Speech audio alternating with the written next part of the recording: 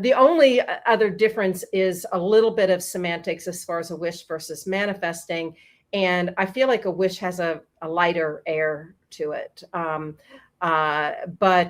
it's easier to kind of repeat and not feel like you're forcing yourself into something, because you do have to be open to something better, or you have to be open, like you said, Lady Shadow, to waiting and timing and, whatever's perfect for that.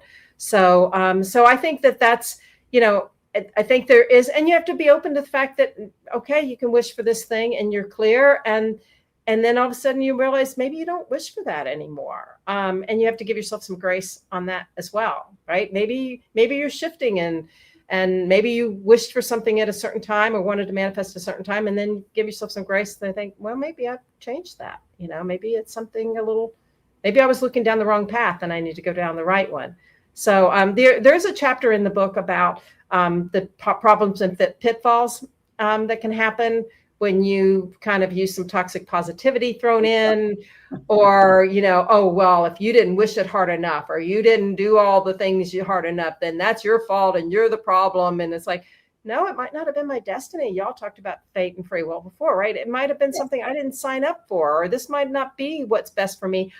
You can sit there and try to manifest that Ferrari in your front driveway.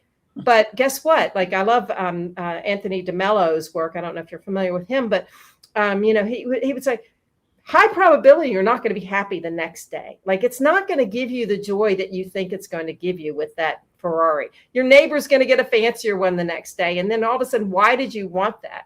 And there's a whole part in the book, too, about wants versus needs. Like, what do you really want? Right.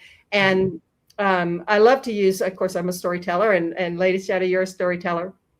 So I know, in stories that most movies that we love, especially the hero's journey type of stories, they start with a want, but they end with getting a need, right? Like in Star Wars, Luke wanted to go out on adventures with his friend, but he needed to find his purpose. Yeah.